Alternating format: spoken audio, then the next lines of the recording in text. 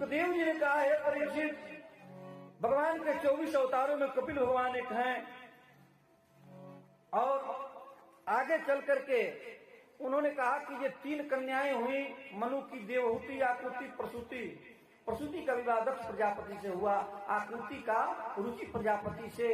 इसलिए इस तरह से हुआ कि पुत्रिका धर्म कहा जाता है कि जिस पुत्री को मैं शादी कर रहा हूं जिस वर से, उसके घर जब ये पुत्र होगा तो पहला पुत्र हमारे घर आएगा, इसको पुत्रिका धर्म कहते हैं। तो पुत्रिका धर्म से आकृति का विवाह हुआ, जिसमें यज्ञ भगवान का प्राकट्य हुआ। तो यज्ञ भगवान जब हुए तो यज्ञ को मनु जी ले लिए, और उस यज्ञ का विवाह दक्षिणा नाम की कन्या से हो गई, क्योंकि यज्ञ नारायण की पत्नी का नाम दक्षिणा है। बोलिए यज्ञ भगवान की। सुखदेव जी ने कहा है परीक्षित, सती का कोई संतान नहीं हुआ। परीक्षित ने पूछा क्यों, क्या कारण है, क्यों नहीं हुआ? तो उन्होंने कहा कि उनके जो है कि पिताजी दक्ष प्रजापति भगवान शिव के का अपमान कर दिया था, जिस अपमान को सती ने नहीं बर्दाश्त कर पाई, और वह जाकर के जोगाग्नि में अपने शरीर का त्याग कर दिया अप्रौढ़ावस्था में। उन्होंने कहा कि प्रभु उस कथा को बताइए, आखिर उनका जो आशुतोष भगवान शिव हैं, आशुतोष हैं जो शीघ्र प्रसन्न हो जाते हैं, वह जो है कि उनसे उनको द्वेष कैसे हो गया, द्वेष उनसे कैसे हो गया? तो उन्होंने कहा कि एक समय ब्रह्मा ने उनको प्रजापतियों का नायक बना दिया, मालिक। जब प्रजापति का मालिक बने तो इनको अहंकार हो गया, मद में चूर हो गए। तुलसी बाबा ने मानस में लिखा कि नहीं को जनमा जग माही प्रभुता पाई जाहि मद नाही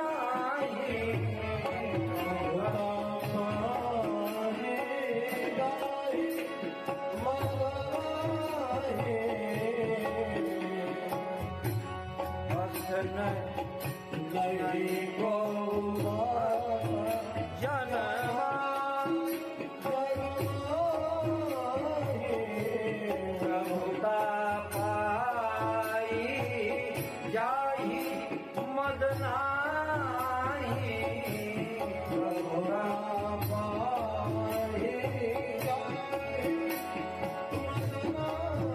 ऐसा कोई इस संसार में नहीं है जिसको प्रभुता मिल गया, कोई पद मिल गया तो उसको अहंकार न हो।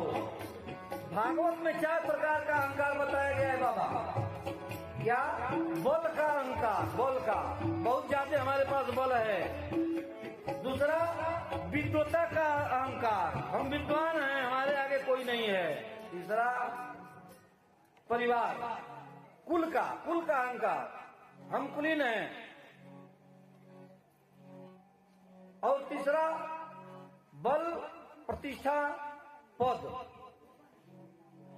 तो ये एक मद होता है, और ये मद क्या करता है? जीव को गर्त में डाल देता है। ये कोई भी काम करने वाला नहीं है ठाकुर जी के शरण में गए बिना। तो दक्ष जी को क्या हुआ? मद हो गया। जब प्रजापतियों का नायक बने तो मद हो गया तो उन्होंने भगवान शिव का अपमान कर दिया। क्यों? क्योंकि उनके देखने में भगवान शिव ने उस सभा में उनको प्रणाम नहीं किया था। दक्ष आते ही कहे कि सभ्य लोगों के समाज में असभ्यों को नहीं बुलाया करते। लोगों ने कहा कि असभ्य कौन इस समाज में आ गया? इधर उधर देखने लगे। दक्ष ने कहा क्या इधर उधर देख रहे हो?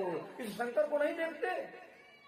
ये भूतों और मदारी का भेष बनाए हुए अड़भंगी की तरह से घूमता फिरता है, और इसको सभ्यता का कोई ज्ञान नहीं है, कैसे किसके साथ कैसा व्यवहार करना चाहिए, शिष्ट तो ये नहीं है ये। अरे ये कहिए कि पिता के कहने पर मैंने अपने कन्या का विवाह इसके साथ कर दिया, नहीं तो ये मरकट लोचन और कहा मृग लोचनी मेरी कन्या। मरकट लोचन, मरकट बंदर को कहा जाता है। दक्ष ने कहा मरकट लोचन, ये शिव की निंदा उसने की, उस शिव की जो भगवान किसी से कुछ नहीं चाहते, यहां तक कि संसार का सबसे खराब जो वस्तु है वो चढ़ाया जाता है तो वो प्रसन्न हो जाते हैं और वरदान दे देते हैं। ऐसे भगवान आशुतोष से वैर दक्ष ने किया और अपमान किया। उन्होंने कहा कि पिता ब्रह्मा के कहने पर मैंने विवाह कर दिया, कह करके कहे कि जब सभा नहीं होगी चले गए। और वहां पर ऐसा जब बात हुआ तो नंदी ने इसे देखा नहीं गया। नंदी ने कहा भगवान शिव का हरिहर निंदा सुनहि जे काना हो पाप वो घात समाना। भगवान शिव और विष्णु और अपने से श्रेष्ठ और गुरु का जो निंदा सुनता है वो करोड़ों गौ के घात का वो पातकी बनता है, पाप उसको चढ़ जाता है।